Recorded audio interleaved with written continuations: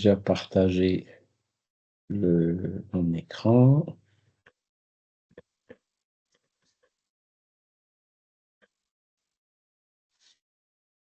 Voilà.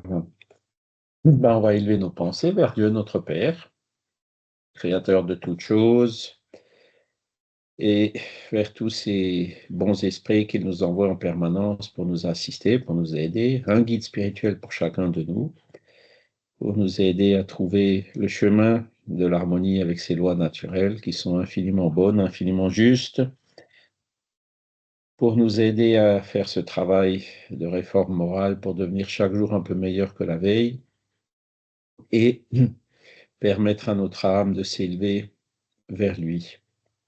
Et c'est pour ça que nous sommes réunis aujourd'hui pour étudier ce que nous ont légué certains de ces missionnaires qui étaient venus, comme Alain Kardec, Léon Denis, Gabriel Delanne, Chico Xavier et tant d'autres, que nous puissions bien comprendre ces notions, ces leçons qui maintenant mettent ces enseignements concernant le monde spirituel en phase avec la logique et la raison, le bon sens, que cela puisse justement nous aider dans notre ascension et que cela puisse également être utile pour les esprits qui pourraient être avec nous aujourd'hui.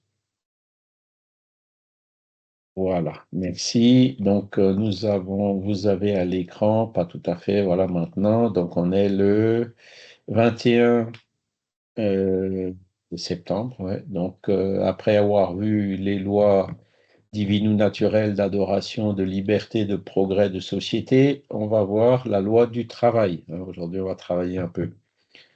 Et donc, pourquoi est-ce qu'il faut travailler et à quoi sert le travail justement pour nous aider à avancer?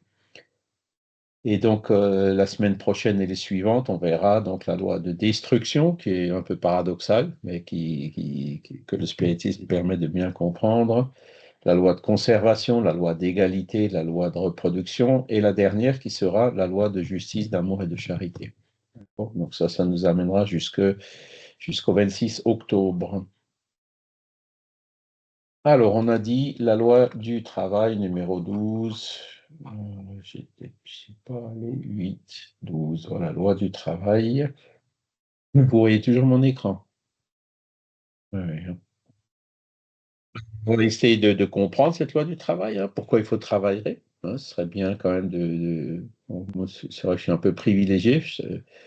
Je suis plus obligé de travailler professionnellement. Après 42 ans et quelques, on m'a donné le droit d'arrêter de travailler professionnellement.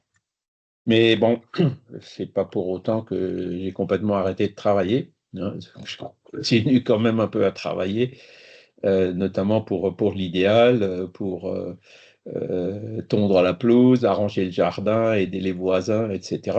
Hein. Donc voilà, le travail en fait ne s'arrête jamais. Euh, et donc, on va voir sa nécessité. On va voir aussi comment est-ce qu'on peut résoudre et comprendre le problème de la misère sociale. Donc, des personnes qui... Alors, peut-être, bon, en France, on a aussi des SDF, on a des personnes qui sont quand même bien en marge de la société. Mais, bon, après, il y a des pays où c'est beaucoup plus grave, hein, où on prend par exemple Gaza ou des pays en Afrique où la misère sociale, il y a énormément de personnes qui sont dans le dénuement, qui cherchent d'ailleurs à migrer, essayer d'aller ailleurs où il y a une vie meilleure, puisque même dans leur dénuement, ils ont quand même des smartphones, hein, ceux que nous on jette et qui sont recyclés, qui leur sont donnés à eux. Ils voient très bien ce qui se passe chez nous, comment on vit. Et donc voilà, on comprend ce souci légitime de rechercher justement à fuir un peu cette misère sociale du pays où ils habitent. On va aussi identifier la limite du travail et la nécessité de repos. Hein. Vous connaissez certainement des expressions comme workaholic. Je ne sais pas s'il y a un équivalent français. C'est les personnes qui sont en fait une espèce d'addiction au travail. On le voit dans le milieu professionnel. Donc, les gens qui travaillent, qui parfois, malheureusement, euh, arrive à des situations comme des burn-out ou, voilà, un épuisement où il y a tout qui s'effondre d'un coup, hein. Donc, il y a aussi des limites au travail. On ne demande pas de travailler comme des fous.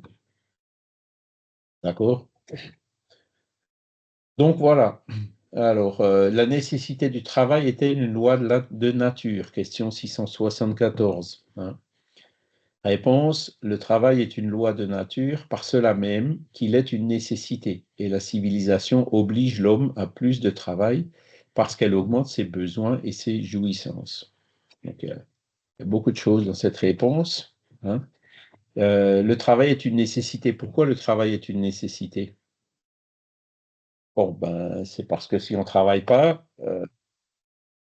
comment dire, ben, déjà on n'a pas de revenus, ou très peu, enfin le RSA, etc. Donc, des revenus, comme on est dans un corps matériel, on a des besoins matériels, on a besoin d'une maison, hein, où on peut habiter, dormir, on a besoin d'alimentation, hein, on a besoin de différentes choses. Et donc, c'est pour ça que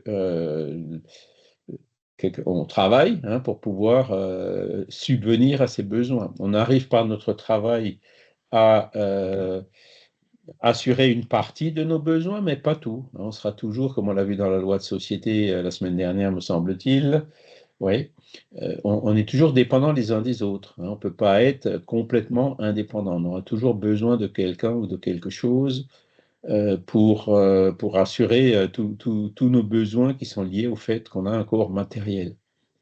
Alors, quand je dis on a un corps matériel, bien sûr, on s'est incarné dans un corps matériel, c'est temporaire, hein, c'est le temps d'une vie entre l'incarnation, la naissance, la conception et la désincarnation, ce qu'on appelle la mort, hein, où en réalité on laisse le corps et l'esprit retourne dans le monde spirituel d'où il est venu et où il retourne, d'accord? Et donc, on peut se demander, oui, mais pourquoi s'embêter avec un corps physique, hein?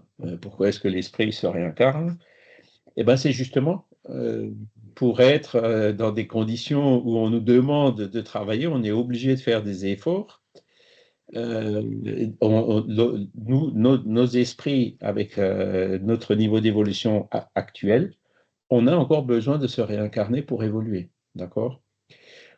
À partir d'un certain niveau d'évolution, qui est un peu au-dessus qu'on n'a pas encore atteint en général, on n'a plus besoin de se réincarner, hein. L'esprit peut évoluer dans le monde spirituel, dans les mondes supérieurs, sans avoir plus besoin de se réincarner dans un corps matériel.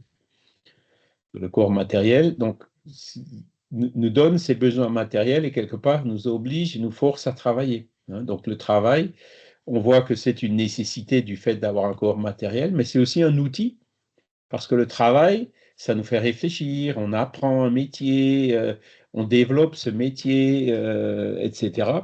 Et donc, en faisant ça, par l'apprentissage, par l'exercice, on évolue en fait, hein.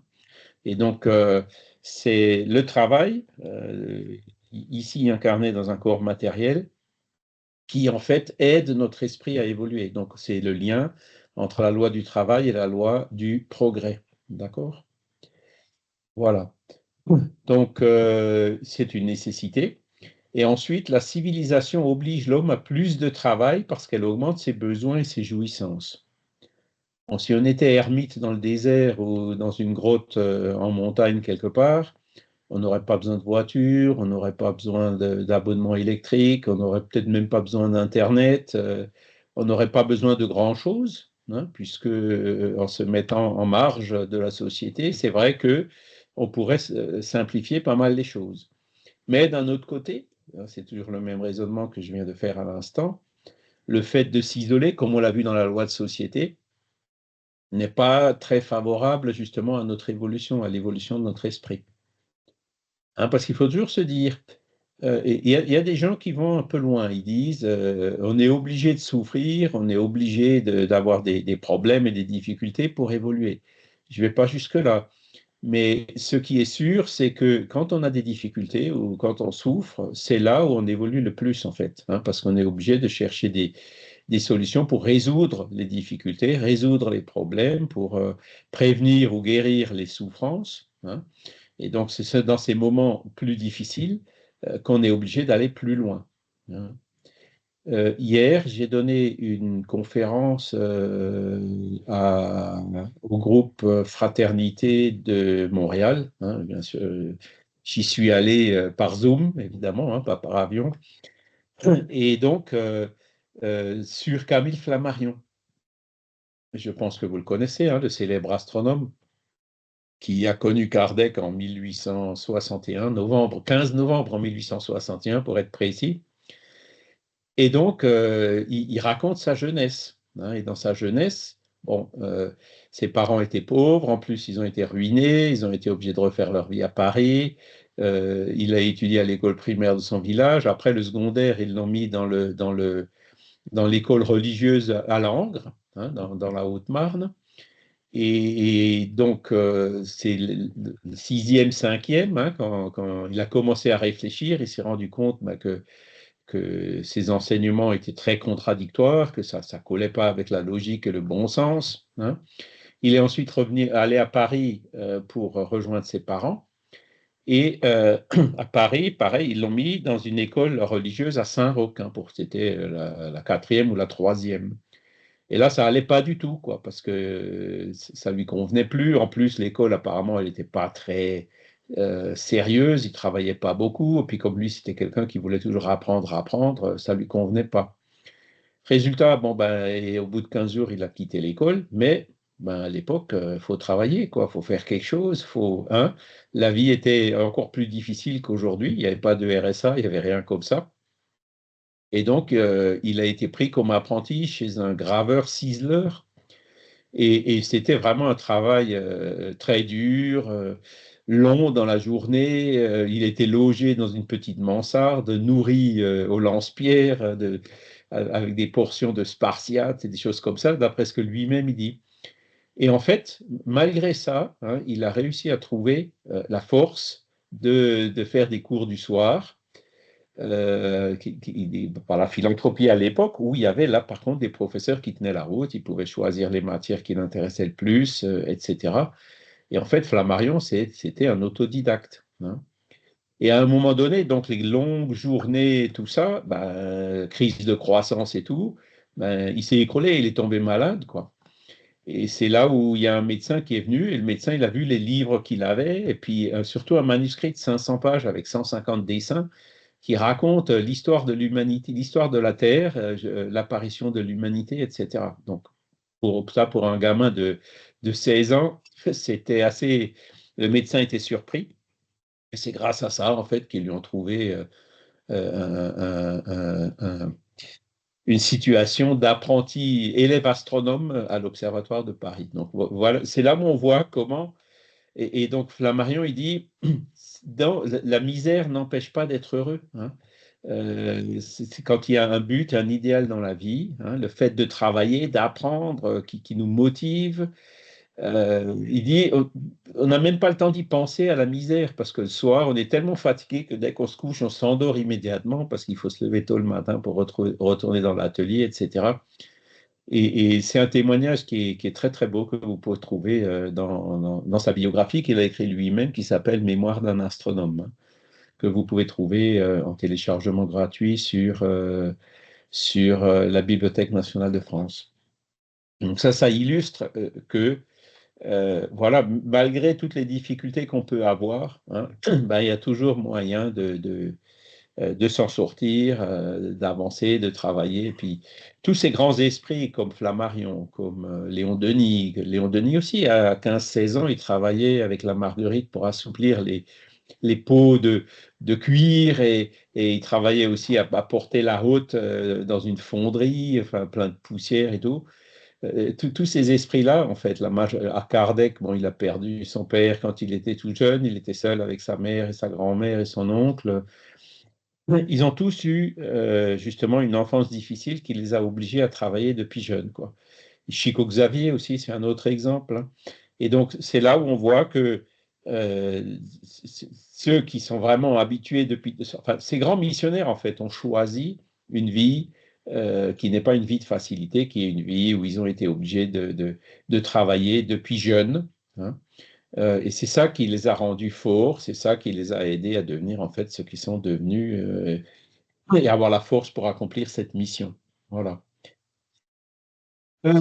Donc, la loi du travail, effectivement, le travail est nécessaire. Alors aujourd'hui, c'est sûr qu'on voit des jeunes, hein, qui sont peut-être, la civilisation leur donne des facilités, hein, des jeunes qui se mettent au RSA, hein, voilà, qui n'ont pas la même motivation de travailler que celle dont on vient de parler ou que celle qu'on a pu avoir nous-mêmes. Bon, euh, et qui en général, par cette ociosidité, si j'ose dire, reste, tombe même parfois dans des dépendances comme la dépendance digitale ou autre. On peut vraiment se poser des questions, comment ça va se passer? Alors, c'est sûr qu'il y a toujours eu des personnes comme ça qui étaient réfractaires au travail. Quand j'étais plus jeune, on en connaissait, hein, on en connaissait des gens, tir au flanc, enfin bon, il y a des expressions un peu péjoratives pour les qualifier, qui vraiment faisaient pas d'efforts ou qui cherchaient pas à travailler, hein. Ben, en fait, ce sont des esprits qui peut-être n'ont pas compris justement l'utilité du travail pour leur propre avancement à eux, hein. Et c'est vrai que, alors, les besoins et les jouissances qui sont apportés par la civilisation, aujourd'hui, on a peut-être, il faudrait qu'on réfléchisse un peu plus au nécessaire et au superflu, hein, parce qu'il y a beaucoup de ces besoins qui ne sont pas vraiment des besoins, quoi, hein. Je veux une grosse voiture parce que le voisin a une grosse voiture. Bon, alors que quand on y réfléchit, si c'est pour emmener le gamin à l'école à 2 kilomètres, c'est pas la peine d'avoir non plus une voiture de 200 chevaux, hein. Une petite voiture suffirait largement. Et donc, on va peut-être un peu trop loin, hein, et c'est justement là où on tombe dans une espèce de piège, hein, les workaholics, ils ont toujours besoin de travailler plus, gagner plus, et en fait, ils ne sont jamais satisfaits, quoi, hein. Celui qui est riche, en fait, c'est celui qui se satisfait de ce qu'il a. Voilà. Celui qui ne se satisfait pas de ce qu'il a, qui en veut toujours plus, ben même en ayant beaucoup d'aisance, il n'est pas riche, quoi, hein. Voilà. Alors, 676. Le travail s'impose à l'être humain comme une nécessité, car c'est un moyen de perfectionner son intelligence, hein. Donc là, on nous dit clairement que le travail nous oblige à nous creuser la tête, à apprendre un métier déjà, hein, et donc sert à notre évolution intellectuelle, d'accord? Hein, à perfectionner notre intelligence. Ils nous disent même, sans le travail, l'homme resterait dans l'enfance de l'intelligence. C'est pourquoi il ne doit sa nourriture, sa sécurité, son bien-être qu'à son travail et à son activité, hein. C'est la caractéristique de l'incarnation sur la terre. À celui qui est trop faible de corps, Dieu a donné l'intelligence pour y supplier, mais c'est toujours un travail. Donc là, bon, c'est une illustration pourquoi le travail est nécessaire, hein, pourquoi on y est plus ou moins contraint de par notre situation temporaire d'incarner sur la Terre dans un corps physique, hein. Mais il nous dit que voilà, il y a des gens qui ont comment dire, des handicaps, hein, des déficiences physiques et qui ne peuvent pas travailler physiquement, mais ils peuvent travailler intellectuellement, hein. Donc, le travail n'est pas que physique, hein. Il y a du travail physique et il y a aussi du travail intellectuel. Et c'est d'ailleurs ce qu'on voit aujourd'hui. Ben, combien de gens travaillent en étant assis sur un bureau la majeure partie de la journée devant leur ordinateur, hein? C'est un peu les nouvelles formes de travail, hein, on en voit de plus en plus. Moi, j'ai bien vu ce changement, hein. J'ai vu les premiers ordinateurs arriver dans les bureaux, hein. Tout au début, ben, il n'y en avait pas. On travaillait quand même intellectuellement, hein, à rédiger des rapports, à élaborer des plans, etc., à concevoir des installations. Mais très vite, c'est passé à l'ordinateur, hein. Le courrier interne qui était dans dans des corbeilles, hein, corbeille entrée, corbeille sortie, avec une personne qui passait plusieurs fois par jour pour les relever, hein.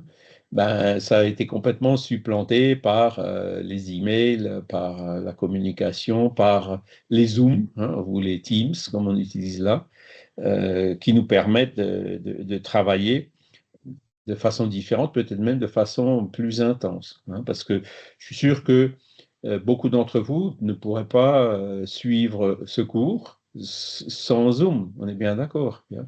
Il y en a certains d'entre vous qui ont des groupes spirit pas loin où ils pourraient éventuellement assister à un cours, mais la majorité d'entre nous, on est isolés, hein. Et donc, ce cours, en fait, on l'avait commencé en présentiel dans le local du centre qu'on avait à Tannes. Et donc, quand on a perdu le local, hein, même avant de le perdre, on avait déjà commencé à le faire aussi en virtuel. Et ça a permis à beaucoup plus de personnes de venir y assister, même des personnes qui sont isolées là où elles habitent, qui n'ont pas de centre spirit proche de chez elles. Donc, vous voyez, tous ces outils, en fait, quand on les utilise à bon escient, ça nous permet justement de développer, d'étendre ce travail. Voilà. Donc, il y a le travail physique et le travail de l'intelligence intellectuelle. Alors, 677, chez l'homme, le travail a un double but, la conservation du corps et le développement de la pensée, qui est aussi un besoin et qui l'élève au-dessus de lui-même. Alors, pourquoi la conservation du corps? Ben, on le sait, hein, on a besoin d'activité physique. Le fait de rester sédentaire, c'est pas très bon. Et c'est d'ailleurs un des problèmes de ceux qui travaillent toute la journée dans le bureau, quoi, hein. Il faut euh, le conserver, notre corps, et donc il faut l'utiliser et entretenir les muscles, les articulations, etc. Et le travail nous permet d'y arriver. Et quand on a un travail intellectuel, ben, on trouve un autre moyen d'entretenir le corps en allant, en faisant des exercices, la marche, la gymnastique, etc., la danse. Voilà, il y a plein d'autres activités qui permettent justement d'entretenir le corps. Alors, de là à dire que ce sont des formes de travail, ben oui, pourquoi pas. Aller à la gymnastique, il y a beaucoup de gens qui y vont disent toujours, mais ils vont même jusqu'à la douleur, quoi, hein. Quand vous faites de la gymnastique, alors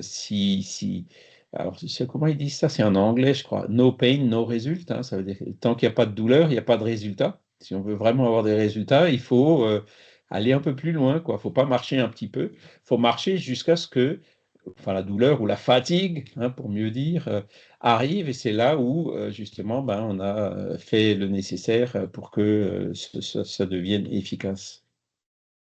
Voilà. Et le développement de la pensée, hein, qui est aussi un besoin et qui l'élève au-dessus de lui-même. Si comment dire, Zoom est venu, là où Teams est venu, bon, il a fallu s'y mettre, hein. Il faut, alors déjà, il faut qu'on ait un revenu pour pouvoir acheter un ordinateur, prendre un abonnement Internet, hein.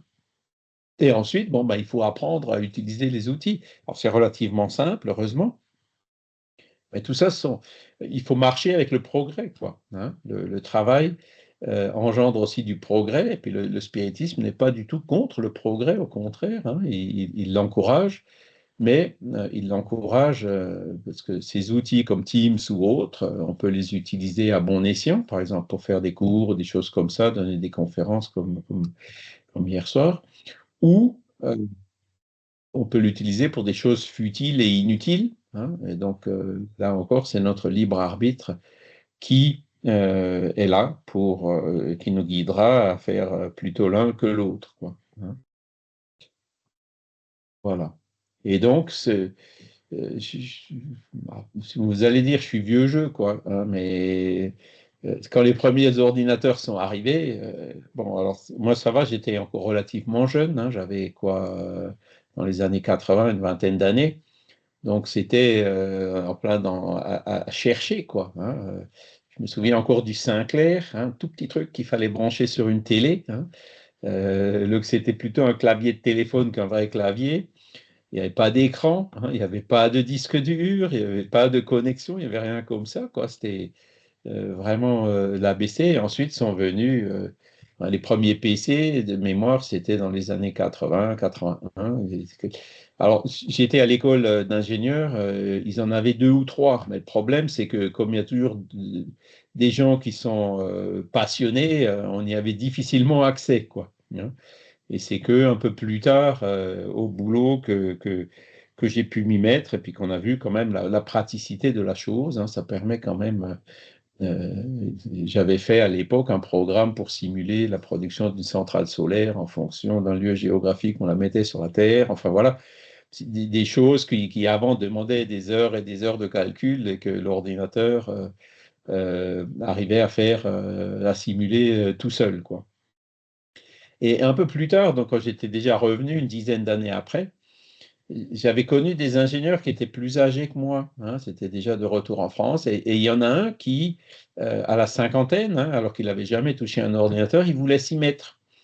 Et donc, il m'avait dit, écoute, toi qui sais, est-ce que tu peux m'aider? Je lui ai dit, oui, oui, sans problème, je peux t'aider. Et alors, la première question qu'il m'a posée, elle était assez surprenante, parce qu'il m'a dit, pour commencer, je voudrais bien un manuel du clavier de l'ordinateur. J'ai réfléchi un petit peu comme ça, et puis je me suis dit, mais pourquoi il me demande un manuel du clavier? Hein, parce que le clavier, c'est quand même ce avec quoi on communique avec l'ordinateur, hein. Enfin, on communiquait, parce que maintenant, on peut y aller avec d'autres moyens. Et alors, je lui ai répondu un peu sous forme d'une boutade. Je lui ai dit, bah, tu sais, c'est un peu comme une machine à écrire, hein. Quand tu veux, par exemple, faire une lettre ou un chiffre, tu la repères sur le clavier, tu mets le doigt dessus et tu appuies. Voilà le manuel du clavier. C'est bien sûr pas ce qu'il voulait, hein, mais en fait, c'est là où on voit les difficultés qu'on peut avoir des fois à s'adapter à ces nouvelles technologies, quoi. Mais après, bon, il s'y est fait quand même, sans problème. Mais c'était un épisode assez intéressant à voir. Voilà. Je ne m'avais pas demandé le manuel de la souris, parce que ça, c'était encore autre chose. Voilà. Donc, ben, c'est ça, c'est la loi du progrès, hein. Quand on veut progresser, on est obligé de découvrir de nouvelles choses, on est obligé de changer. Alors, il y a en nous beaucoup de résistance au changement, hein. En général, on n'aime pas le changement, mais si on change pas, comment est-ce qu'on peut s'améliorer?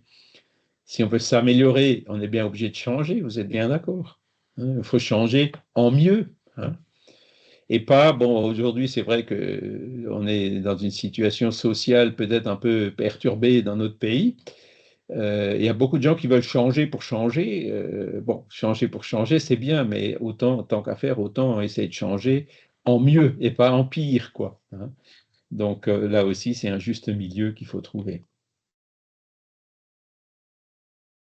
Alors, question 685. Donc, à l'époque, il y avait quand même déjà du chômage, hein. Il n'y avait pas toujours du travail pour tout le monde. Il y avait la misère, la disette.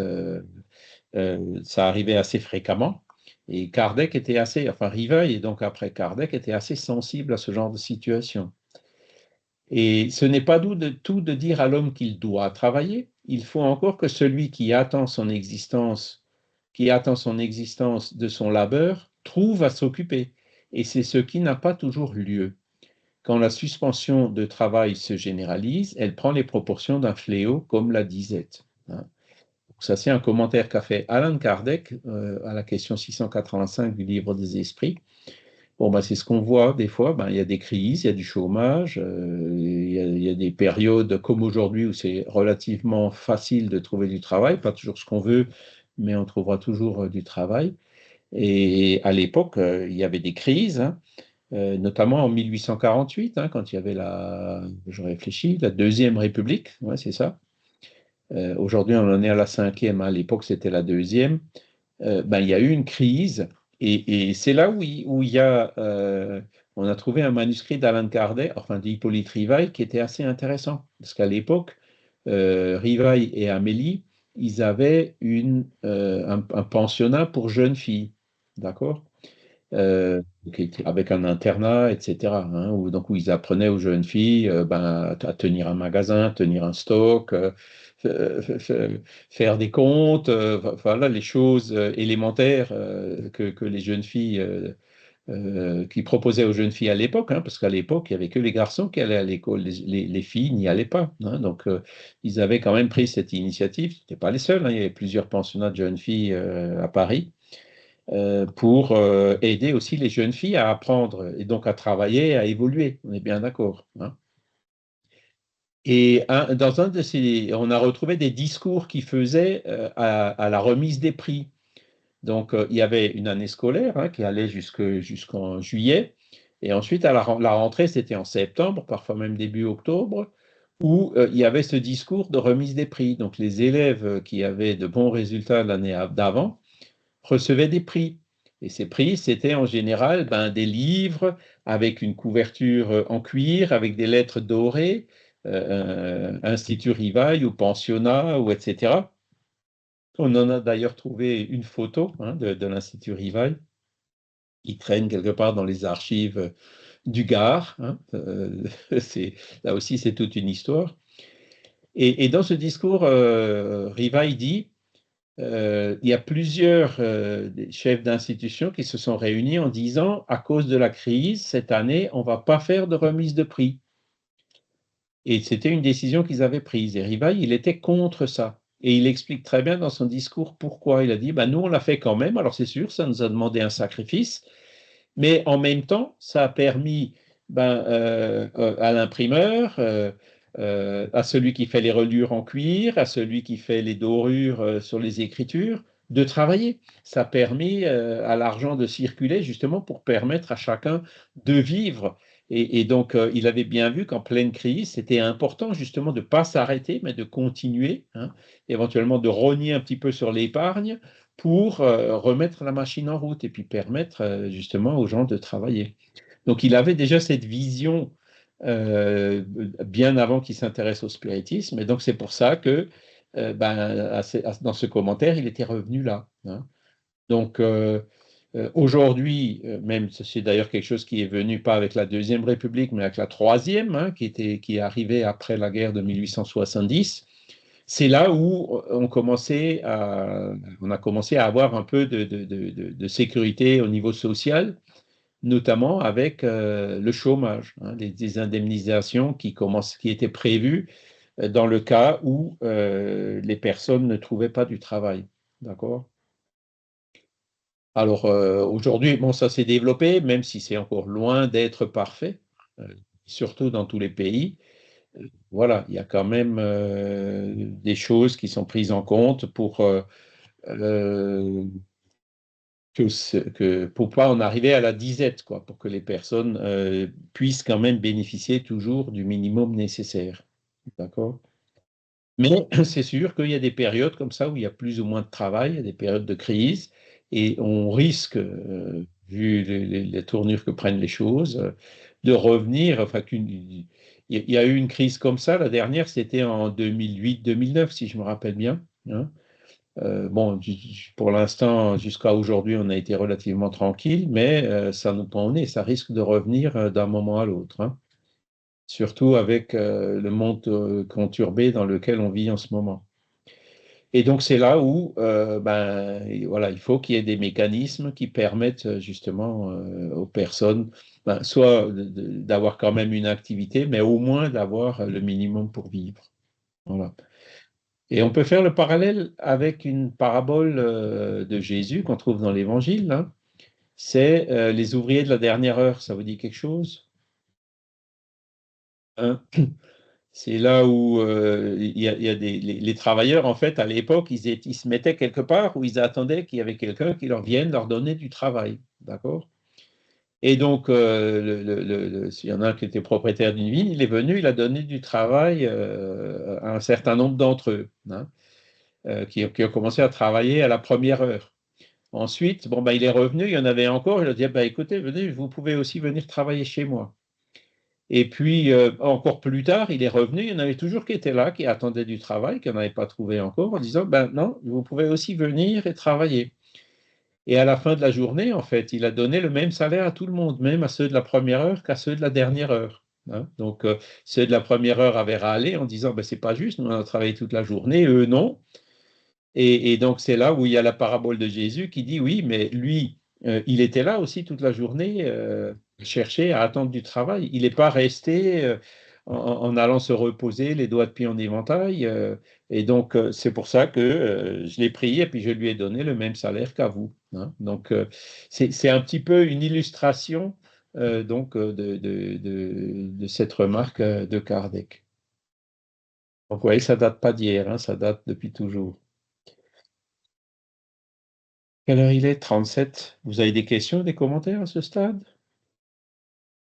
Non.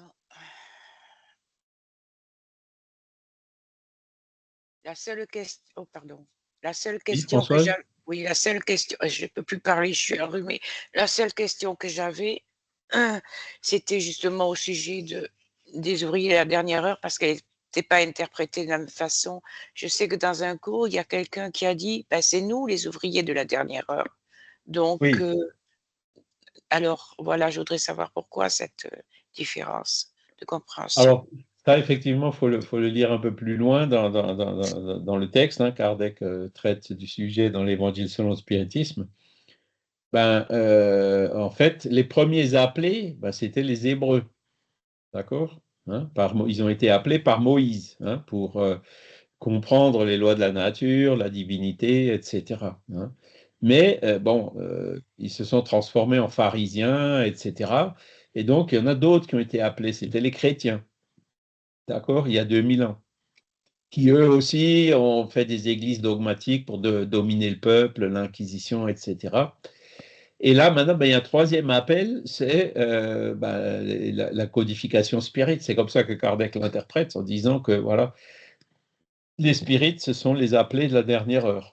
D'accord, maintenant je comprends. Ça, c'est le parallèle qu'ils font, hein, Ouais. par rapport à cette parabole. Voilà. Alors, est-ce que les spirites, ils vont faire mieux que les juifs ou les chrétiens? Ça dépend de nous, hein. Voilà. Il y en a qui feront mieux, mais il y en a d'autres qui font pas franchement mieux, hein.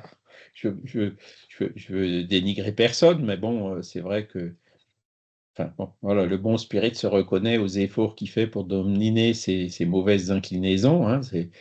On n'est pas parfait, loin de là, donc on va faire des erreurs plus ou moins graves selon notre niveau d'évolution, selon le plus ou moins bon usage de notre libre arbitre. Oui, Delphine? Oui, Charles, je voulais savoir pour le spiritisme, le sens du travail. Est-ce que c'est uniquement le travail pour la société et pour notre besoin, j'allais dire aussi pécunier, ou est-ce que c'est aussi le travail, comme j'allais dire, un aidant, mais qui n'a pas quelque chose de pécunier en retour? Est-ce que ça englobe quoi exactement le travail? Ah, c'est les deux. C'est les deux. On est obligé de travailler pour vivre, hein, dans la société, les besoins matériels et tout, hein, pour gagner un salaire, pour pouvoir subvenir à nos besoins. Mais ça suffit. Disons, voilà. Alors, il y en a qui sont satisfaits avec ça, qui ne vont pas chercher plus loin. Mais aujourd'hui, donc, alors on va y arriver, hein, c'est dans les limites du travail. Ben, on a beaucoup de loisirs, hein, et dans ces loisirs, effectivement, on peut aussi continuer à travailler, c'est-à-dire faire la charité, travailler dans des associations, être bénévole au Resto du Cœur ou ailleurs, ben, c'est aussi du travail, évidemment. Et c'est même un travail qui cherche pas un retour financier, parce qu'on n'en a peut-être pas besoin, etc.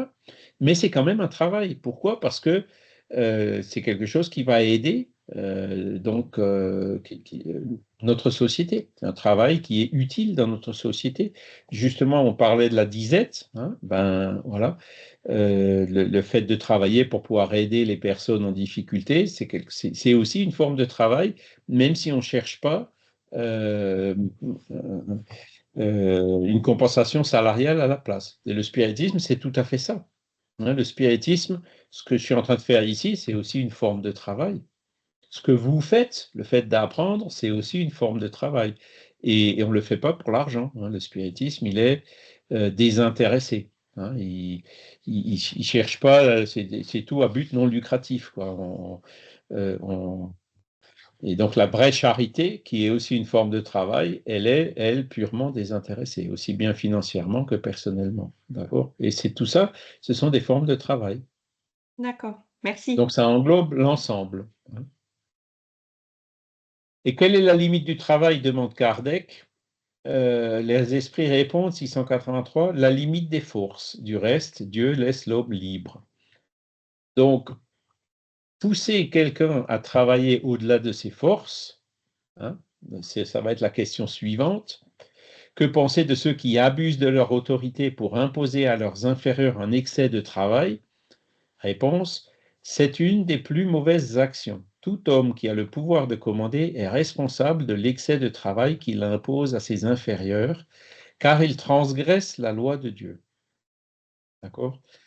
Vous vous rappelez, chez les Juifs, il y avait le jour du sabbat, hein, un jour où on ne travaille pas. Pourquoi? Pour pouvoir aller à l'église, pour pouvoir penser un peu à autre chose, etc.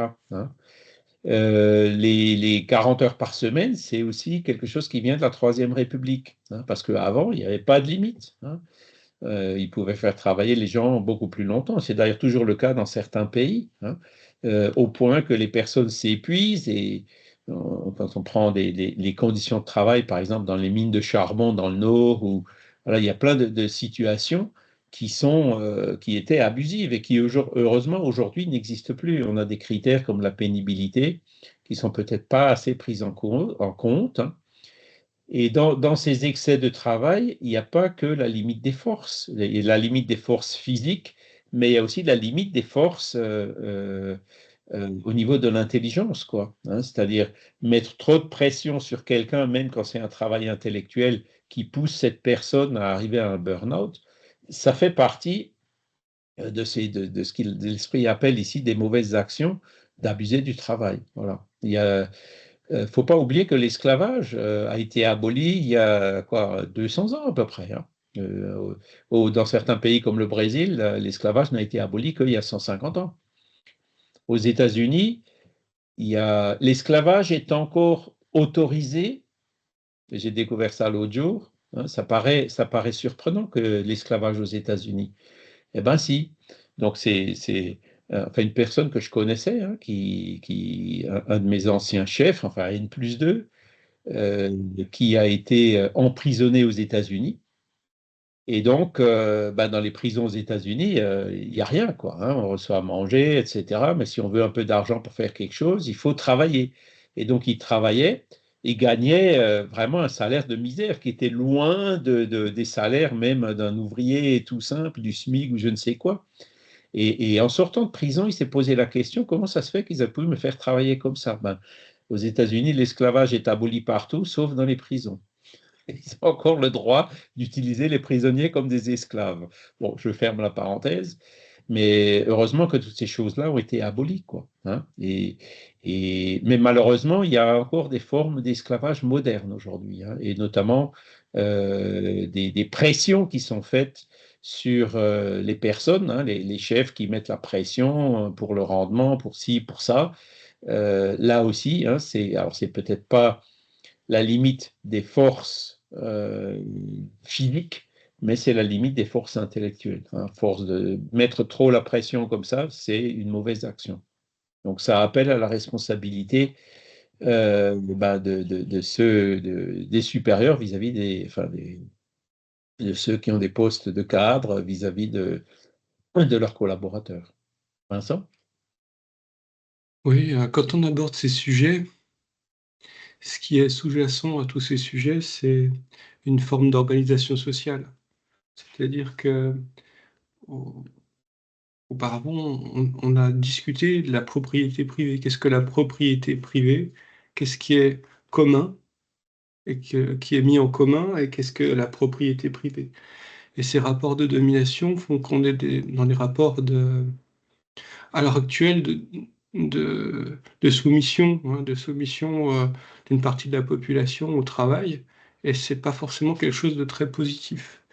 J'entends par là que, par exemple, à l'heure actuelle, moi, tout près de chez moi, il y a des producteurs d'asperges qui font venir des gens des pays de l'Est, qui logent dans des genres d'algico, si on peut appeler ça des algicos, qui sont vraiment très mal logés, qui sont très mal payés et qui font un travail très pénible.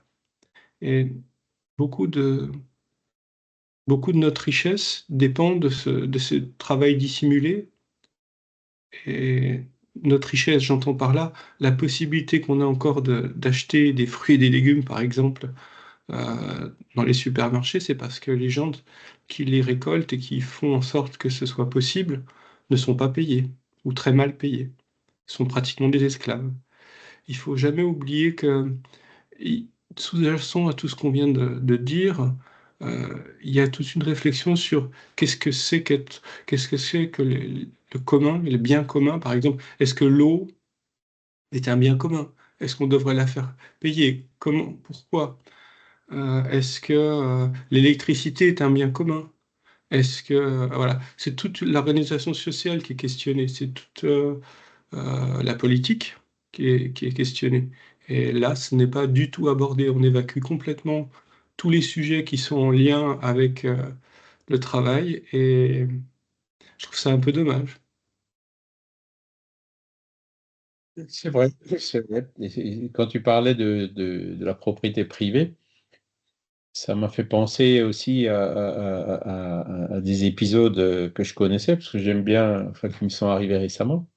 J'aime bien me promener dans les forêts, dans les montagnes, ici, dans les Vosges. Et donc, il y a un endroit particulier où donc il y a un sentier balisé et tout, hein, qu'on pouvait prendre. Alors, voilà, pour faire un circuit, etc. Et au début, quand on prenait ce sentier, il y avait un panneau qui disait, attention, vous traversez une propriété privée, merci de respecter le lieu. Bon, alors ça, ok, mais tiens, c'est bizarre que les bouts de forêt soient des propriétés privées, mais bon, admettons, au moins on me laisse passer. Et là, ça a changé parce que maintenant, il y a carrément une barrière. Vous n'avez plus le droit de passer par ici. Alors que le sentier, il est toujours balisé, on ne peut plus y aller, quoi. Et c'est vrai que ça a attiré mon attention sur ce que tu viens de dire, hein, Vincent. C'est qu'est-ce qui est privé, qu'est-ce qui est public, quoi. Si tout devient privé, si tout devient interdit, bon, ben, qu'est-ce qu'on peut faire, hein? On a des rues, heureusement, on peut circuler. Imaginez que tout devienne privé, vous ne pouvez plus aller vous promener en montagne et tout. Bon, là, il y a eu des réactions, en fait, hein. Il y a des plaintes, des actions en justice et tout, mais ça ne fonctionne pas parce que le sentier, à ce que j'ai entendu récemment, il n'est toujours pas réouvert, hein. Donc, le propriétaire, il semble avoir gain de cause en justice, quoi. Donc, c'est vrai. Il y a des choses qui vont aujourd'hui, je pense, un peu trop loin par rapport à ça. Donc, tu as tout à fait raison de le dire. Et après, pour le travail dissimulé, bon, alors ces gens des pays de l'Est ou d'Afrique du Nord, hein, qui viennent en Espagne ou dans le sud de la France pour aider pendant les cueillettes. Moi, j'ai fait les vendanges aussi quand j'étais jeune, hein, avant de partir au Brésil. Euh, bon, ben voilà, on pouvait aller faire les vendanges. Alors, on recevait un peu quelque chose. C'était bien sûr pas non plus un salaire avec des cotisations, etc. On était logés, nourris. Enfin, voilà. Je sais qu'aujourd'hui, c'est beaucoup plus compliqué parce que tu disais les Algeco, bon, il y a quand même des inspecteurs qui viennent. Il faut qu'il y ait de l'eau, il faut qu'il y ait ci, il faut qu'il y ait ça. Il y a quand même tout un tas de critères pour assurer surtout la sécurité, hein, des travailleurs. Et donc, la manière dont on était logé à l'époque où je faisais des vendanges, elle n'est plus autorisée aujourd'hui. Ils ont d'ailleurs beaucoup plus de mal aujourd'hui, hein, à avoir des infrastructures qui permettent justement ça. Mais bon, après, des situations comme ça, des activités où ben, les vendanges, c'est 15 jours par an où il y a un travail, 10 fois plus de travail que pendant le reste de l'année. Donc, on est bien obligé de trouver des mécanismes qui permettent de viabiliser ça. Mais effectivement, il faut que ça se fasse dans des conditions de sécurité, d'hygiène. Il faut que ça se fasse aussi pour avoir des conditions dignes de tous ces travailleurs. Et si je suis allé faire des vendanges, j'y suis allé volontairement. Et ces personnes qui viennent d'Afrique du Nord ou ailleurs, en fait, ça représente une partie significative de leurs revenus, quoi. Ils viennent parce que ils reçoivent, ils s'en sortent mieux dans ce genre d'activité, même temporaire, que dans les activités stables qu'ils ont dans leur pays. Et c'est ça qu'il faut aussi voir. Aujourd'hui, on a plein de biens qui sont faits en Chine et tout. On ne voit pas toujours ce qu'il y a derrière, hein. Les gens qui travaillent, qui sont peut-être, où il y a peut-être justement de l'abus de travail, hein. ou des produits qui utilisent des minerais qui proviennent de mines en Afrique, où il y a encore des enfants qui travaillent. Il y a aussi ce genre d'abus, hein, et on ne le voit pas toujours. Et c'est pour ça qu'aujourd'hui, il y a de plus en plus d'initiatives que je soutiens, hein. C'est donc éthique, durable, hein, donc où il y a justement cette vérification de toute la chaîne pour être sûr que dans toute cette chaîne, il n'y a pas des enfants ou des personnes justement qui souffrent d'un abus d'autorité au niveau de leur travail. Voilà, donc même ça, bon, tout doucement, on arrive à une prise de conscience et c'est tant mieux. Et ça va aller, je pense, toujours croissant, hein, parce que même en Chine, j'en ai connu, hein, j'ai connu des Chinois qui travaillaient avec moi dans la dernière décennie de mon activité professionnelle. Et même là-bas, hein, les conditions de travail changent et changent beaucoup, hein. Même si depuis plus récemment, en Chine, ils commencent à avoir des problèmes parce qu'il y a beaucoup de jeunes qui ne trouvent plus d'emploi, hein, qui ont du mal à trouver des emplois. Voilà, tout n'est pas rose, hein, ça c'est clair. Franck? Oui, par rapport au problème de la privatisation de certains endroits, sans forcément tomber dans la privatisation, il y a aussi par moment le souci de préserver les lieux parce que les dégradations sont de plus en plus fréquentes. Je pense en particulier, j'ai un exemple dans une ville qui est pas très loin de chez moi où il y avait un parc que j'ai toujours connu, ouvert au public, et depuis quelques mois, en fait, le parc est l'objet de trafic de drogue et tout. Bon, lié à un problème migratoire en même temps qui devient totalement ingérable. Et donc, il y a eu des agressions, il y a eu voilà, donc la mairie pense vraiment à sécuriser et à réguler finalement un espace qui était depuis plus de 30 ans ouvert à tout le monde et ça se passait bien. Et là, depuis quelque temps, ça devient infernal, quoi. Entre trafic de drogue, agression, dégradation, c'est voilà. Bon, alors c'est vrai que c'est peut-être dommage, mais je pense que par moment il y a aussi des mesures à prendre pour préserver quelque part une sorte de patrimoine qui est constamment dégradé, quoi. C'est vrai, c'est vrai. Et là aussi, il y a un épisode récent, enfin, toujours en me promenant en montagne, bon, j'emmène les petits chiens, hein, pour se promener. Mais il y a un endroit où il y a un parc naturel régional. Et donc, quand on arrive à ce parc, il y a un grand panneau interdit aux chiens, en pleine forêt, quoi. Donc là aussi, je trouve, ça m'a révolté en me disant, mais comment ça se fait qu'ils interdisent? J'ai deux petits chiens tenus à la laisse, quel est le problème, hein? Voilà. Et donc là maintenant, j'ai un chien, enfin un des chiens, il a des problèmes de luxation rotule ou quelque chose comme ça. Donc il peut plus marcher autant et donc je vais souvent marcher tout seul. Et il y a plein d'endroits où je dis bon je peux pas y aller avec les chiens, j'y vais pas, hein. Donc après là maintenant j'y suis allé sans les chiens, hein, et j'ai vu qu'en fait il y a une espèce de, alors je me souviens plus comment il s'appelle, c'est un espèce de coq sauvage où il n'y a plus que 50 exemplaires et qui a un espace de tranquillité justement dans cette zone. Je dis, bon, c'est pour protéger ce coq, bon, voilà, c'est pour ça qu'ils C'est ne le veulent pas de grand chiens, tétra, là. même s'ils ne voient pas ce que les deux petits chiens tenus à la laisse pourraient donner comme problème là-bas, quoi. C'est le grand Mais tétra. ensuite, pardon? C'est le grand tétra. Le grand tétra, voilà, merci. Il n'y a plus que 50 exemplaires, dont pas mal justement en dessous du ballon de Servance, etc. Mais alors, ce qui m'a un peu de nouveau révolté, c'est qu'un peu plus bas, hein, alors c'est juste à côté de cette région-là, je vois plein de 4x4 dans la forêt. Je me dis, mais qu'est-ce qu'ils foutent là, ces 4x4? Et puis j'ai entendu un chien aboyer, wow, wow, wow, wow, et d'un coup, un gros coup de fusil, hein, et puis les gens, ouais! Voilà, c'était des chasseurs. Voilà, donc moi, j'ai pas le droit d'y aller avec les chiens, mais les chasseurs, eux, ils ont le droit d'y aller. Pourquoi? Ben, parce qu'ils payent, hein. Et il y a même des endroits où les chasseurs, ils mettent un panneau accès interdit, hein. Pareil en pleine forêt, c'est même que c'est pas une propriété privée. Donc c'est là où on voit, bon ben, il faut trouver, il faut être équitable, quoi, hein. On peut pas interdire des chiens et puis à côté on autorise les chasseurs, quoi. Il y a un moment, il faut être logique et cohérent dans ce qu'on fait, quoi, hein. Et le grand tétra, merci Vincent, il a certainement pas dû aimer le bruit des coups de feu et puis l'aboiement des chiens et les gens qui crient, hein, ni la poussière et le bruit des 4x4. Enfin bon, voilà, c'est mon avis. Voilà, on s'est un peu éloigné de la loi du travail, mais voilà, c'est vrai que dans ces choses-là, il faut trouver du juste milieu. Et abuser de l'autorité pour imposer un excès de travail, c'est clair que c'est quelque chose qui contrarie les lois divines, hein, et que ceux qui sont responsables de ce genre d'action en assument la responsabilité. Ils l'assumeront de toute façon, peut-être pas devant la loi humaine, mais devant la loi divine, en étant obligés de réparer les torts qu'ils ont pu commettre dans les vies suivantes. Voilà.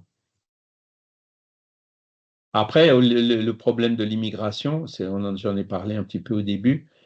C'est pareil, c'est un petit entraînement. Aujourd'hui, on a des bateaux, ça se chiffre en dizaines de milliers, je ne sais pas, peut-être un peu plus. Mais et c'est déjà un gros problème, quoi, hein. Il y a une exploitation politique, enfin bref, c'est une situation assez compliquée qui m'attriste un peu. Mais bientôt, ça risque d'être beaucoup plus, hein. Je ne sais pas si vous avez vu, mais donc il y a eu des canicules là, rouge, orange en Oui. France au mois d'août. Et donc là, ils ont sorti les chiffres. Il y a eu 15 000 morts de plus que la normale à cause de cette canicule. Ah oui. Bon, Moi j'étais en pleine canicule, j'étais à Cannes-Océan, il faisait 40 degrés. Ma fille, pendant 2 jours, m'a dit: «Ne sors pas, tu ne sors pas». J'étais chez ma fille, j'avais pas compris pourquoi. Mais en fait, ouais, c'est non, parce c'est que ça. les personnes âgées, c'est les veines qui se resserrent, je crois. Ben, je sais pas, hein, c'est ce qu'on m'a dit moi, plus facilement et ce qui entraîne la mort. Je sais pas, Michel peut C'est peut-être ça. confirmer. Voilà, Sont plus sensibles. voilà. Et donc, on sait que ce genre d'épisode va se multiplier et va même empirer, hein. Mmh. Donc là, c'est 15 000 morts. Dans 10 ans, ce sera peut-être 150 000. Dans 20 ou 30 ans, ce sera peut-être 1 500 000. Et là, à un moment donné, il va y avoir un mouvement de panique en disant, bon, attendez, stop, ça va plus.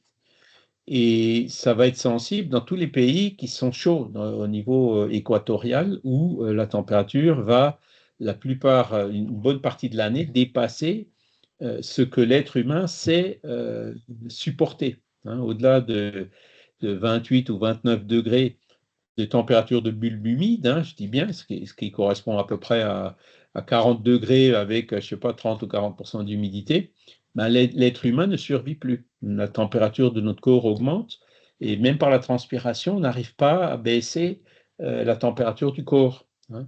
Et là, ben, ce n'est pas 10 000 personnes, c'est 1,5 milliard de personnes qui risquent d'être obligés de bouger, d'aller ailleurs, d'aller dans des régions où il fera moins froid. Donc, quand je vois les problèmes qu'on a avec 10 ou 15 000 personnes, le jour où il y en aura 1,5 milliard, ce sera un peu plus compliqué, hein. Et pourtant, quand on y réfléchit, hein, si 8 milliards de personnes, il y en a 8 milliards sur Terre, il y en a 1,5 milliard qui va devoir bouger.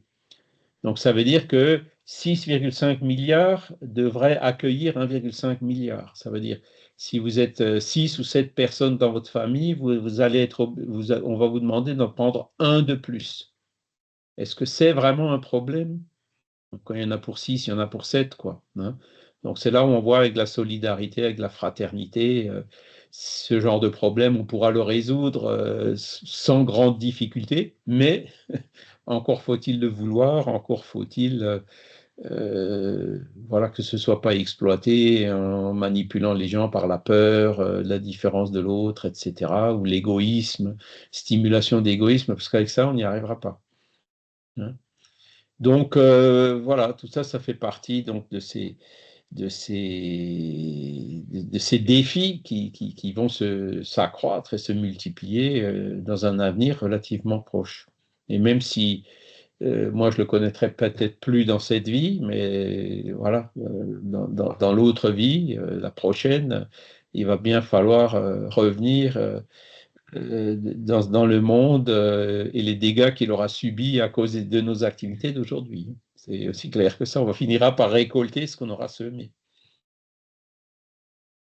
Mais là aussi, tout ça, ça va nous obliger à demander du travail, à s'adapter, à réfléchir. Quelle est la meilleure manière? C'est d'ailleurs comme ça que l'évolution intellectuelle amène à l'évolution morale, hein, en comprenant où est notre véritable intérêt. Est-ce qu'il est dans l'égoïsme? Non, non, certainement pas. Il est plutôt dans la charité. Et puis la charité, comme on l'a dit tout à l'heure, c'est aussi une forme de travail.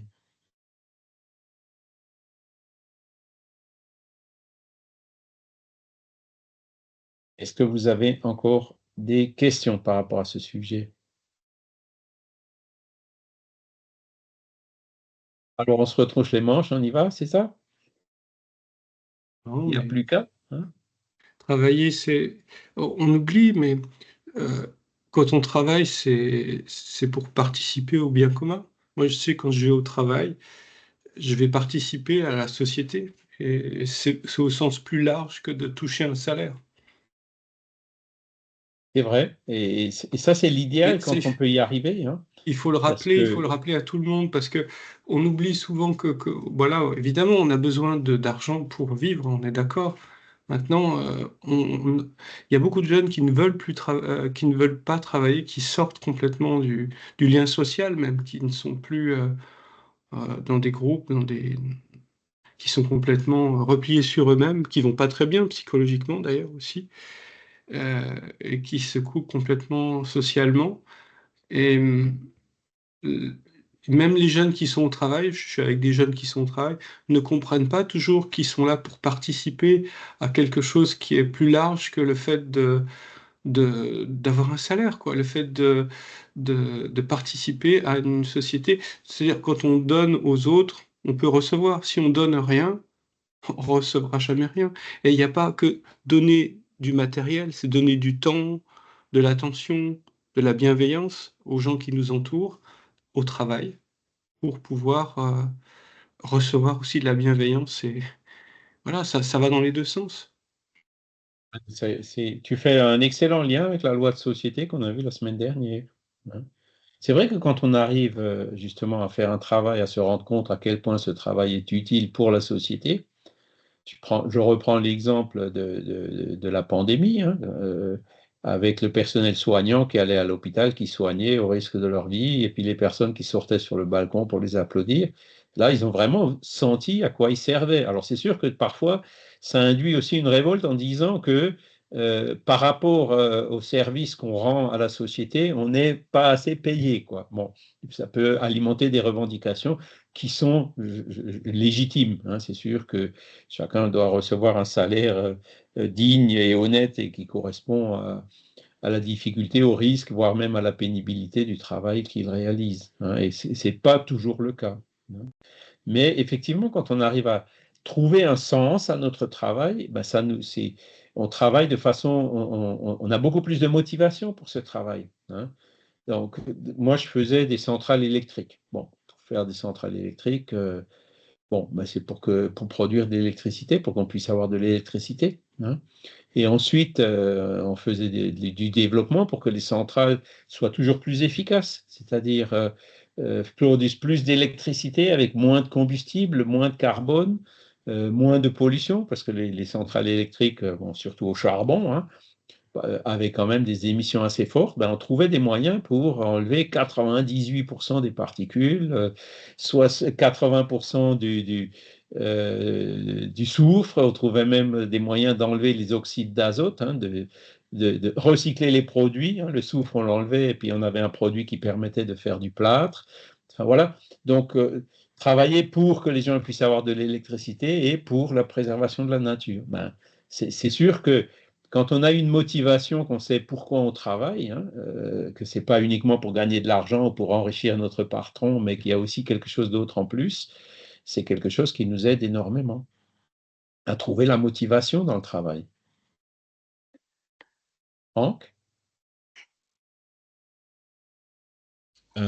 Oui, j'avais baissé la main parce que j'avais une réflexion, mais qui n'était pas très. Je ne sais pas si c'était vraiment en rapport avec ça, mais c'est vrai que quand on relit les écrits d'Alan Kardec ou Léon Denis, on a l'impression, enfin, d'être face finalement à des écrits qui collent vraiment au siècle de leurs auteurs. L'esprit, enfin, le monde a complètement changé. Je ne sais pas si ça relève d'une certaine utopie. J'ai plutôt l'impression, moi, que l'être humain n'apprend strictement rien de l'histoire, en fin de compte. Et on est toujours dans les mêmes problèmes. C'est pas une vision pessimiste, hein, mais quoique. Mais enfin, j'y crois plus, quoi, en fait, tout ça. Je C'est sais sûr, pas il faut si. contextualiser, hein. Kardec, c'était il y a 170 ans. Léon Denis, en gros, c'était il y a 100 ans, quoi. Donc, Ouais. aujourd'hui, il y a plein de choses qui ont changé. Maintenant, est-ce que ça a changé en mieux ou en pire? Empire. Je dirais, pardon? En pire? Enfin, c'est-à-dire que le développement technologique n'a absolument pas suivi le développement entre guillemets intellectuel de l'être humain. J'ai l'impression même que les gens deviennent de plus en plus stupides, quoi. Il y a une chute totale du niveau intellectuel dans l'éducation nationale. C'est une catastrophe, quoi. Enfin, je veux dire, rien, enfin, pas simplement au niveau de l'éducation, mais de tout, au niveau de l'écriture, au niveau je sais même pas si les jeunes qui passent le bac actuellement seraient fichus de réussir un certificat d'études tel qu'il était dans les années 60, quoi. C'est assez Oui. consternant. Compare par rapport à l'époque. Quel était le pourcentage d'illettrés à l'époque? Il était beaucoup plus élevé qu'aujourd'hui. Il y a 150 ans ou il y a Oui, 100 mais ans. j'ai Beaucoup l'impression plus que élevé. les personnes illettrées faisaient preuve d'une intelligence qui était beaucoup plus, enfin, une intelligence pratique, j'allais dire, qui était beaucoup Après, plus élevée que maintenant, quoi. il y a une autre explication qui est avancée par Léon Denis, et ça correspond à une question que je me pose souvent en disant, à l'époque de Kardec, on était 1,5 milliard, à l'époque où je suis né en 1960, on était 3 milliards, aujourd'hui on est 8 milliards. Donc la population de la Terre, elle a été multipliée par 5, quoi, en gros. Ancienne. D'où viennent tous ces esprits? Est-ce que c'était tous des esprits qui étaient près de la Terre? Je pense pas. Ou alors, il y a plus beaucoup d'esprits dans le monde spirituel, ils sont tous incarnés. Et est-ce que c'était... donc, il y a des esprits qui sont venus, probablement. Ils sont venus d'où? Ils sont venus d'une planète supérieure. C'est là où je partage un peu ton opinion. Quand on regarde autour de nous, c'est pas vraiment l'impression qu'on a, hein. Donc, il y a des esprits qui sont venus de planètes inférieures vers la Terre. Et ceci peut être une explication à ta constatation, Franck. Et Léon Denis le dit. Il dit les esprits individuellement, en ce moment, évoluent, enfin, son époque, il y a 100 ans, évoluent plus vite que la moyenne d'évolution de la Terre. C'est sûr que si la Terre évolue, hein, on a quand même eu un progrès entre l'époque de Kardec et aujourd'hui. Il y a eu plein de progrès sociaux, aussi au niveau à l'époque de Kardec, je crois qu'il y avait un enfant sur deux qui dépassait pas l'âge de quelques années, quoi. Il y a un enfant sur deux qui mourait. Aujourd'hui, c'est 1 sur 20, 1 sur 30, quoi. Ouais. Le taux de mortalité infantile a quand même énormément chuté, hein. Mais ouais, c'est vrai c'est vrai qu'il y a ce problème-là. Bon, on parle on parle du travail, de la nécessité du travail. Ça tombe bien, entre guillemets. Il y a eu deux manifestations, j'allais dire nationales, qui ont été en fait du grand massacre national pendant à 15 jours d'intervalle, à 8 jours d'intervalle. Je veux dire, ça n'a aucun sens, quoi. Ici, Voilà. Les gens ici, ça a manifestaient, du c'était sens. de la destruction systématique, c'était Oh, du Franck. n'importe quoi. On est dans un pays, on réclame des trucs qui se passent à 10 000 kilomètres de la planète, enfin de la France. On importe des conflits qui n'ont strictement aucun intérêt. Je vois pas je vois aucun sens à ça, quoi. C'est ça. Ici, Franck, ça a du sens. Ça a du sens. C'est un monde qui est en train de mourir, c'est-à-dire qu'un monde néo-capitaliste qui est en train de mourir, mais Non. qui ne veut pas perdre son pouvoir. Donc, pour ne pas perdre son pouvoir, il sème la pagaille, il sème la terreur, il prend les armes et il va tuer les gens dans les rues.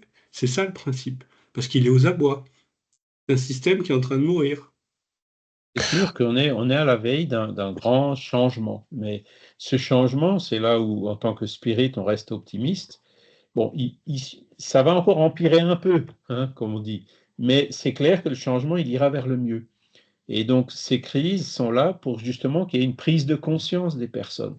La guerre, maintenant, on en a marre, on en a assez. Oui, mais Et le pourcentage de prise de conscience augmente et ça va créer, tôt ou tard, ça peut encore empirer un peu, ça peut encore prendre du temps. Il y a, comme le dit Vincent, des mécanismes de résistance des pouvoirs en place qui vont étouffer et puis faire tout pour que ça traîne le plus longtemps. Mais à un moment donné, ça va basculer et on va avoir un changement, c'est clair. Et ce changement sera en mieux. Tout comme aujourd'hui, bon, les conditions de la société, au moins chez nous, sont quand même bien meilleures que celles qu'elles étaient il y a 100 ans ou il y a 150 ans. Ben, voilà, aujourd'hui, on arrive à des limites d'un système. C'est pour ça qu'il y a énormément de mécontentement. Il y a même de la révolte, de la haine, de l'envie de casser ou autre. Hein. Ça correspond à une profonde insatisfaction, à, un manque de but dans la vie, un manque de compréhension des choses.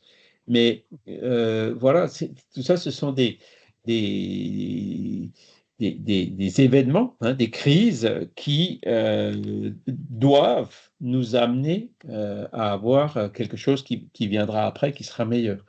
Moi, quand je suis né, je suis né 15 ans après la fin de la Deuxième Guerre mondiale, l'Holocauste et tout ça. Moi aussi. Aujourd'hui, on est en 2025. Il y a 15 ans, c'était en 2010. 2010, je suis sûr que vous vous rappelez, c'était hier. Hein, donc, pour mes parents, mes grands-parents, c'était frais, tout ça. C'était encore très frais.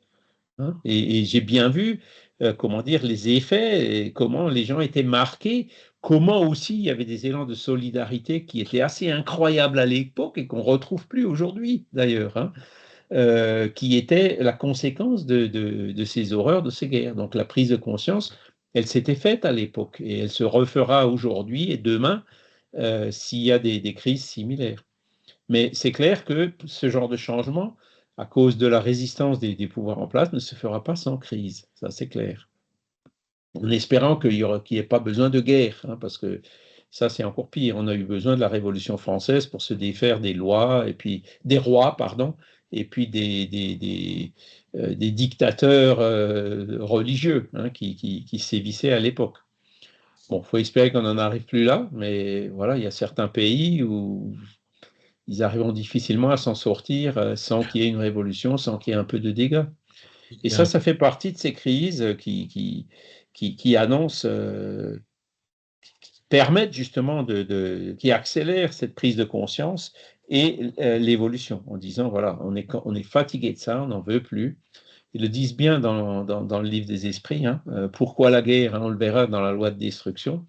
C'est tout à fait ça, quoi. Il y a un moment donné, les êtres humains vont se lasser en disant, on ne veut plus de ça. Et c'est d'ailleurs un peu en train de se produire déjà. La prise de conscience, elle progresse. Hein, donc il faut rester optimiste en se disant que malgré toutes ces choses-là qui nous paraissent complètement absurdes, on va aller vers quelque chose de meilleur à terme, pas forcément tout de suite. Donc il faut être patient et rester optimiste. Et essayer de militer si on peut, sans violence, sans haine, sans rancune, sans rien. Essayer de militer positivement autant que possible. Voilà. Et c'est par le travail qu'on y arrivera. Hein. Ouais, c'est aussi notre rôle de donner des valeurs. En fait, c'est les valeurs qu'on a besoin de donner des valeurs. Après, est-ce que c'est des valeurs spirites? Est-ce que c'est des valeurs universelles? Mais proposer des valeurs qui sont moins communes aux gens qui militent pour le spiritisme, par exemple. Grande valeur apportée par le spiritisme, c'est l'âme. Notre but, c'est l'âme. La matière, c'est temporaire. Hein. Donc, tout focalisé sur la matière, on se focalise sur du temporaire, on néglige l'essentiel qui est immortel. Hein. Donc, c'est ça qui, nous, en tant que spirit, nous motive pour vivre, hein, en sachant que même si on meurt, ben, notre âme survit et puis elle va continuer à évoluer. D'accord?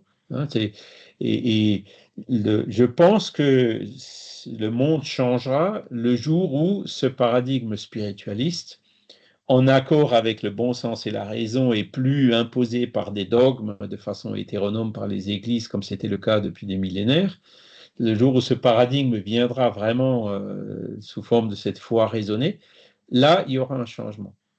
Et moi, personnellement, quand je regarde, le fait d'avoir trouvé le spiritisme, ça m'a quand même énormément aidé à...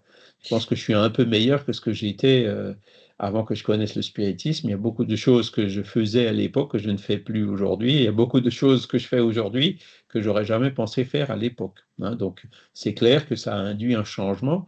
Alors, est-ce que c'est en mieux ou pas? Je vous laisse juger. Hein. Et ce qui est important aussi, alors c'est de s'informer par le spiritisme, mais c'est aussi d'essayer de comprendre quels sont les enjeux actuels, bien comprendre la société. À mon sens, alors moi je suis quelqu'un de très sensible, vous l'avez déjà sûrement senti, mais je suis très sensible aux logiques et au fonctionnement de ce qui est en train de se passer. C'est-à-dire qu'il faut vraiment comprendre les enjeux spirituels derrière ce qui est en train de se passer. Et c'est pas toujours évident. Après, les théoriser, est-ce que c'est nécessaire? Pas forcément. Mais au moins comprendre quels sont les enjeux d'une société en mutation, je pense que ça nous aidera à proposer des choses plus cohérentes et plus en phase avec le monde qui vient, c'est sûr. Ça, ça demande aussi de l'analyse, du travail, hein, de l'intelligence pour comprendre ce qui ne va pas et pour savoir où, pour déterminer mieux où il faut commencer pour être efficace, quoi. Hein. Il y a des historiens qui travaillent, hein, tout bêtement. C'est ça.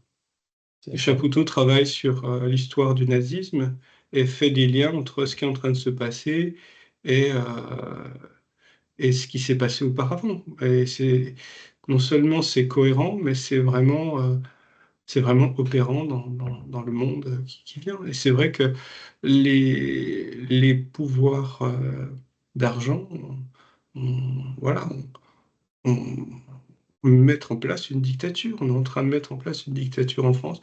On est quand même un pays qui est quand même pointé par Amnesty International comme un pays où les droits sont bafoués, alors que ce n'était pas le cas auparavant. Et franchement, le rapport d'Amnesty fait peur. C'est-à-dire que on devient vraiment un pays... et on n'est pas le seul pays à bafouer les droits de l'homme et du citoyen. Dans beaucoup de pays du monde, c'est le cas. Et ce qui est assez désagréable, c'est qu'auparavant, il y avait un ennemi désigné, c'est-à-dire qu'il y avait un pays avec un ennemi désigné. Là, maintenant, c'est des milliers d'ennemis et le mal, il est en nous, en fait. Et c'est bien dans les mouvements spiritualistes qu'on peut réfléchir à quel est le mal qui est en nous et qui nous fait nous comporter de cette manière-là. Éviter que ce mal entre en nous. Hein. Après, le mal, c'est-à-dire Piège, ne pas le, tomber dans les pièges, quoi. Rester, garder le discernement et puis s'accrocher à des valeurs sûres, hein, qui sont le justement ces discernement, lois c'est bien morales joli, universelles qu'on est en train de voir en ce moment dans le ouais. cours, quoi.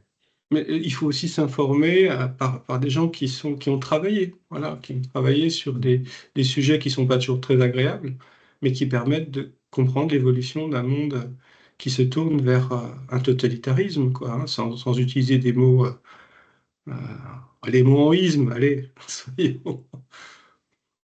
Delphine qui nous a écrit dans le chat, Ouais. vis le présent en agissant et servant avec foi et joie sans te soucier de l'avenir, car pour vivre demain, tu devras vivre aujourd'hui.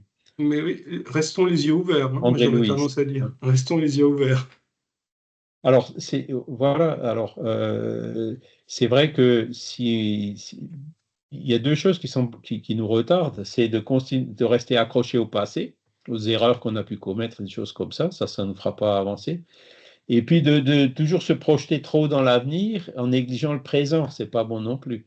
C'est vrai que travailler sur le présent pour construire un avenir meilleur, c'est quand même l'attitude, je dirais, la plus, la plus efficace. Mais encore une fois, travailler dans le présent, comment, suivant quelles valeurs, ben, c'est encore une fois toutes ces lois morales universelles qu'on voit là dans le cours en ce moment, quoi. Hein. S'accrocher à ces valeurs sûres, les pratiquer aujourd'hui, hein, sans trop se soucier que les autres les pratiquent ou les pratiquent pas, que nous-mêmes on puisse donner l'exemple, que voilà, chacun avancera de toute façon à son rythme, qu'on ne peut pas avancer à la place des autres, mais essayons déjà d'avancer nous-mêmes, quoi. Et au pire, ça peut même être un mécanisme de fuite, entre guillemets, parce que si on arrive à avancer beaucoup, paf, on pourra peut-être aller sur une planète qui est meilleure que la Terre. Hein, donc, sauter une classe, si j'ose dire. Bon, voilà, mais c'est ce qu'on peut faire de mieux. On peut travailler sur nous, hein, on peut difficilement travailler pour les autres.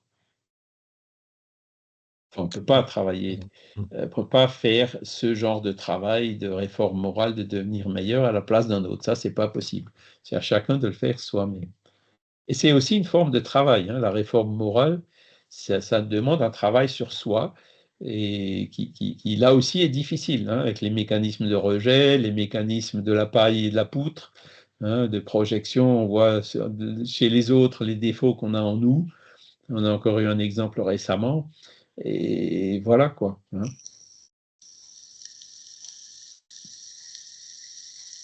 Écoutez, moi je vous propose qu'on s'arrête là. Donc je vais revenir au programme. Ah, où est-il? Il est là. Donc la semaine prochaine, on verra, on en a un peu parlé aujourd'hui, la loi de destruction. Hein. Et donc c'est une loi qui paraît assez paradoxale, mais on verra en fait que ce qu'on appelle destruction, la plupart du temps, c'est des transformations. Ce n'est qu'une transformation, et ce sont ces transformations qui facilitent justement l'évolution. Mais on verra ça la semaine prochaine. Voilà. Alors, on va remercier les bons esprits qui étaient avec nous aujourd'hui, cette occasion d'avoir pu être réunis, de pouvoir réfléchir ensemble à toutes ces questions du quotidien qui nous préoccupent.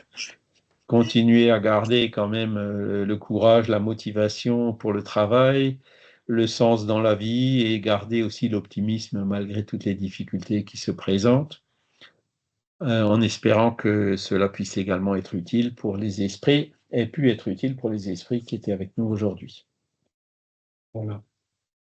Eh bien, je vous souhaite un excellent dimanche, hein, et puis je vous dis à bientôt, à dimanche prochain. Dimanche prochain. Et à Bon tout dimanche à et tous. à À cet dimanche. après-midi Merci à aussi. tous. Au revoir. Merci Charles. Cet après-midi, ouais, pour ceux qui le souhaitent. Pour ceux qui, ouais. Au revoir. Bonne semaine. Merci à tous. Au revoir. Bonne Au revoir. semaine. Au revoir.